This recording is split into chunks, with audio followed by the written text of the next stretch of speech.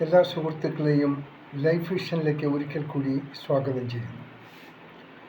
ഈ വീഡിയോ വളരെ പ്രധാനപ്പെട്ട ഒരു സബ്ജക്റ്റിനെ കുറിച്ചാണ്.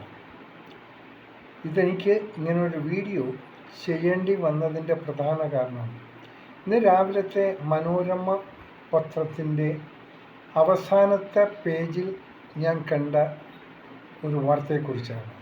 എന്നാൽ ഇതുമായി സിമിലാരിറ്റി ഉള്ള ഒന്ന് രണ്ട് വീഡിയോ ഞാൻ ഇതിനു മുമ്പ് ചെയ്തിരുന്നു, പക്ഷെ ആരും അത് ശ്രദ്ധിക്കപ്പെട്ടില്ല. എന്നാൽ ഈ വീഡിയോയെക്കുറിച്ച് ഞാൻ എല്ലാ ശ്രോതാക്കളോടും ഒന്ന് പറയുന്നു. അറ്റ്ലീസ്റ്റ് നിങ്ങൾ ഈ വീഡിയോ കാണുന്ന ഒരു 10 പേരിലെങ്കിലും ഈ വീഡിയോ നിങ്ങളൊന്ന് ഷെയർ ചെയ്ത് കൊടുക്കണം. വളരെ പ്രധാനപ്പെട്ടൊരു കാര്യമാണ്. സമൂഹത്തിന് വളരെ വേണ്ടതായിട്ടുള്ള ഒരു കാര്യം കൂടിയാണ്. അതായത് കണ്ടുപോ ഈ കണ്ണീർ കാഴ്ചകൾ എന്നാണ് അതിന് തുടക്കം കുറിച്ചിരിക്കുന്നത്. പ്രത്യേകിച്ച് ഒന്നുമില്ല, വളരെ പ്രധാനമായ, അതായത് നമ്മുടെ കേരളത്തിൽ ആകെ അടിപടലം മാറ്റിപ്പോണ ഒരു സാഹചര്യത്തിലേക്കാണ് നാം ഇപ്പോൾ മാറിക്കൊണ്ടിരിക്കുന്നത്. നമ്മുടെ ഹോം മിനിസ്റ്റർ ശ്രീ രമേശ് ചെന്നിത്തല, അദ്ദേഹം തുടക്കം കുറിച്ചൊരു ഓപ്പറേഷൻ തൂഫാൻ വളരെ വളരെ വളരെ പ്രധാനമായ ഒരു സബ്ജക്റ്റാണ്. അത് വളരെ നല്ല രീതിയിൽ വിജയം കൊയ്യുന്നു. അതിന് പബ്ലിക്കിൻ്റെ ഒത്തിരി സപ്പോർട്ടുണ്ട്. ഈ മയക്കുമരുന്ന് മാഫിയകളെ കൂടുതൽ ഷേക്കായി അതിപ്പോൾ അടുത്തുള്ള സ്റ്റേറ്റിലേക്കും വ്യാപിക്കാനുള്ള ശ്രമത്തിലാണ് നമ്മുടെ ആഭ്യന്തര വകുപ്പ്.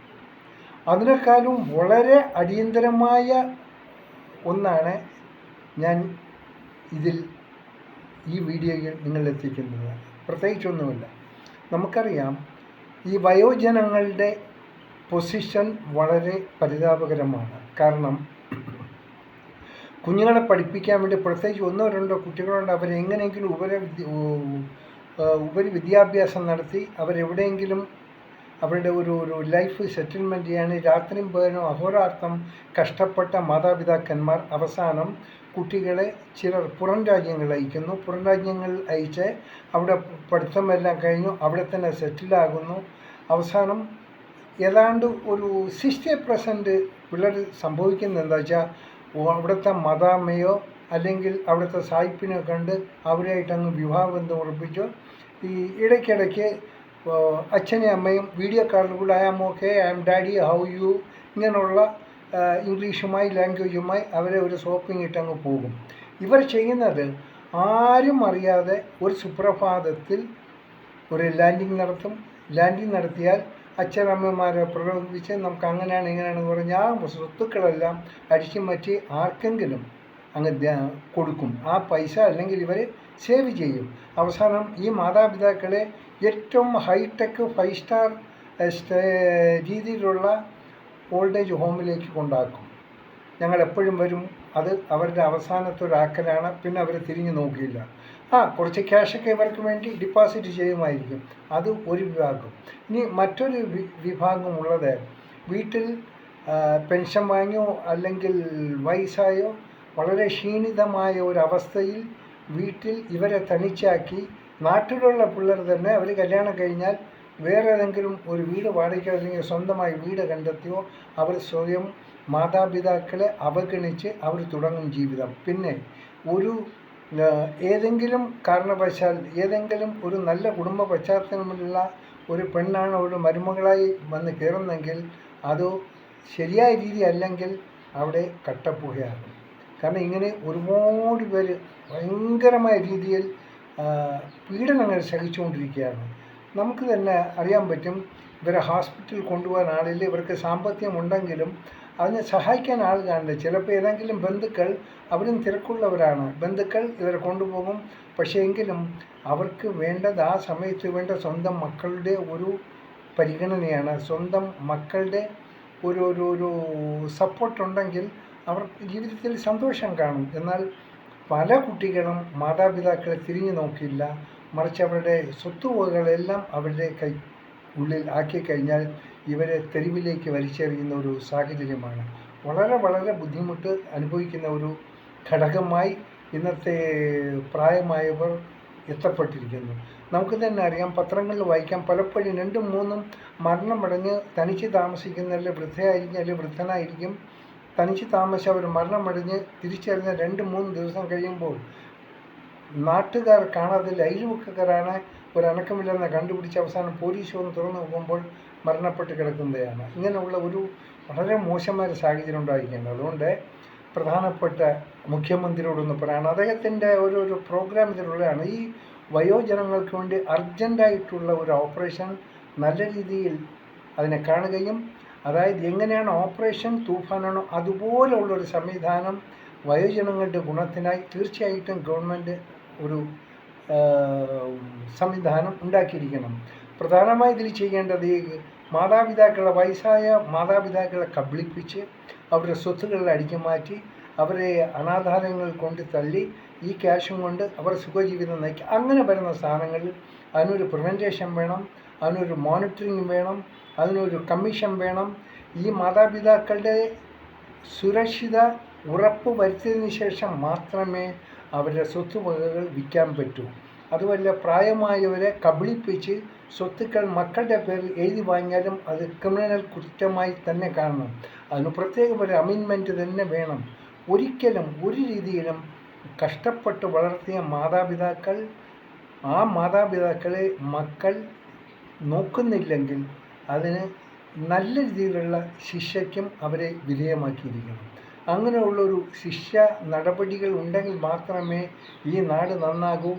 ഇനിയും ഈ വയോജനങ്ങൾക്കിവിടെ ജീവിക്കാൻ പറ്റൂ. ഇല്ലെങ്കിൽ ഇവർ മൂലം, ഈ കുഞ്ഞുങ്ങൾ മൂലം വഴിയാധാരമാകുന്നത് പ്രായമായ മാതാപിതാക്കളായിരിക്കും. അവരെ നോക്കുക ആരുമില്ല. അതുകൊണ്ട് അടിയന്തരമായി ഗവൺമെൻറ് ഇതിനൊരു തീരുമാനമെടുത്തിരിക്കണം. കഴിവതും ഇതിനൊരു പ്രത്യേക ഒരു ടാസ്ക് ഫോഴ്സ് തന്നെ ഉണ്ടാക്കണം. അത് ഓരോ വാർഡ് തലങ്ങളിലും, പഞ്ചായത്ത് തലങ്ങളിലും, മുനിസിപ്പാലിറ്റി തലങ്ങളിലും, കോർപ്പറേഷൻ തലങ്ങളിലും ശരിയായ രീതിയിൽ ഓരോ സ്ട്രീറ്റ് ബൈ സ്ട്രീറ്റ് ഓരോ വീടുകൾ സർവേ നടത്തി അവിടെ ആരാണുള്ളത്, അവരുടെ പ്രായം എത്രയായി, അവരുടെ കുഞ്ഞുങ്ങളെ അവർ ടേക്ക് കെയർ ചെയ്യുന്നു, അവരുടെ ബുദ്ധിമുട്ടുകൾ എന്താണ്, കംപ്ലീറ്റ് നോക്കി ഒരു സർവേ ടീമിനെ വെച്ച് കംപ്ലീറ്റ് ആണ് ഒരു കോൺഫിഡൻഷ്യൽ റിപ്പോർട്ട് കളക്ട് ചെയ്ത് അതിൽ അവരുടെ ഒരു മോണിറ്ററിങ് എപ്പോഴും ഗവൺമെൻറ് അവിടെ ഉണ്ടാകും എന്നുള്ളൊരു ഓർമ്മ, എന്നുള്ള ഒരു അവയർനെസ് മക്കളിൽ ഉണ്ടാകുകയാണെങ്കിൽ ഇവരെ പീഡിപ്പിക്കാനോ ഇവരെ വഴിയാധാരമാക്കാനോ ശ്രമിക്കില്ല. അതുപോലെ തന്നെ മറുനാട്ടിൽ സെറ്റിലായിരിക്കുന്ന ചില മക്കൾ അവർ പേരൻസിനെ നോക്കിയില്ലെങ്കിൽ തീർച്ചയായും അത് ഇന്ത്യൻ എംബസി മൂലം അവർ ഇടപെട്ട് അവരെ കൊണ്ട് അതിനുള്ള സംവിധാനങ്ങൾ ഉണ്ടാക്കിയിരിക്കും. കാരണം കഷ്ടപ്പെട്ട് ജീവിതം മൊത്തം മക്കൾക്ക് വേണ്ടി മാറ്റിവെച്ച് അവരെ നല്ലൊരു സ്ഥിതിയായി കഴിഞ്ഞാൽ മാതാപിതാക്കളെ പുറത്തേക്ക് വലിച്ചെറിയുന്ന അതിന് വധശിക്ഷയാലും വേണ്ട വലിയ ഒരു ശിക്ഷ അവർക്ക് കൊടുത്തിരിക്കണം. അതൊരു ശിക്ഷ അമെൻമെൻറ്റ് ചെയ്ത് തന്നെയാകണം. ദയവ് ചെയ്ത് ശ്രീ വി.ഡി. സതീശൻ അവരോട് പറയാണ്, എത്രയും വേഗം അടുത്ത നിങ്ങളുടെ അസംബ്ലിയിൽ ഇങ്ങനെയുള്ളൊരു അമെൻമെൻറ്റ് കൊണ്ടുവന്ന് അത് പാസ്സാക്കണം. അതിനുവേണ്ടി നമ്മൾ യാതൊരു ഒരു താമസവും നേരിടാൻ പാടില്ല. രണ്ടാമതായി ഇതിലേറ്റവും നമ്മൾ ശ്രദ്ധിക്കേണ്ട ഒരു കാര്യം ഇവരുടെ സുരക്ഷിതത്വം നല്ല രീതിയിൽ എടുക്കണം. ഈ പുറത്തുള്ളവർ ബന്ധുജനങ്ങളെ ഏൽപ്പിക്കുക, അവരെ നോക്കണം ഇവരെ നോക്കണം എന്ന് പറഞ്ഞാൽ അതെല്ലാം നടക്കില്ല. അങ്ങനെ വിചാരിച്ച സ്വന്തം മക്കൾ എടുക്കുന്ന ആ ഒരു കെയർ ഒരിക്കലും മക്കളിൽ നിന്നും നമുക്ക് കിട്ടില്ല എന്ന് തീർച്ചയായിട്ടും ഒന്ന് ഓർമ്മപ്പെടുത്തേണ്ട ഒരു കാര്യമാണ്. അതുപോലെ തന്നെ ഈ നമ്മൾ പ്രധാനമായി ചിന്തിക്കേണ്ട മറ്റൊരു കാര്യം, ഒരു രീതിയിലും ഉന്നത വിദ്യാഭ്യാസത്തിനോ എന്തു പോയി കഴിഞ്ഞാലും അത് പോണതിന് മുമ്പേ അവർക്കുള്ള പാരൻസിൻ്റെ മുകളിൽ ഉള്ള അവരുടെ ആ ഒരു റെസ്പോൺസിബിലിറ്റി ഇവരെ പറഞ്ഞ് മനസ്സിലാക്കണം. അതിനൊരു പ്രത്യേക ഡോക്യുമെൻറ്റേഷൻ തയ്യാർ ചെയ്യണം.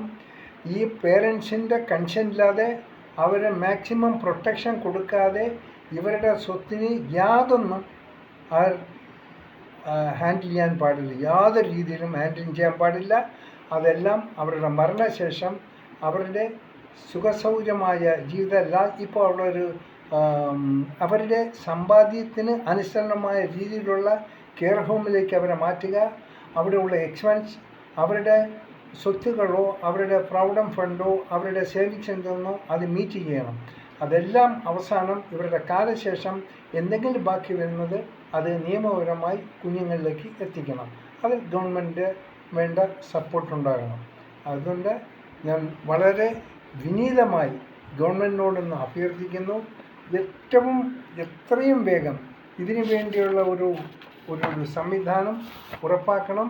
അതായത് എങ്ങനെയാണ് നാം ഓപ്പറേഷൻ തൂഫാൻ ഏത് രീതിയിൽ നാം ഇപ്പോൾ കൈകാര്യം ചെയ്യുന്നു അതിനേക്കാളും 100 ഇരട്ടി സ്പീഡിൽ ചെയ്യേണ്ട ഒരു കാര്യമാണ്. ഇതിനുവേണ്ടി ഒരു വയോജന കമ്മീഷൻ ഓഫീസുണ്ട് ട്രിവാൻഡ്രത്ത്, അതായത് ഓവർ ബ്രിഡ്ജിന് സമീപം.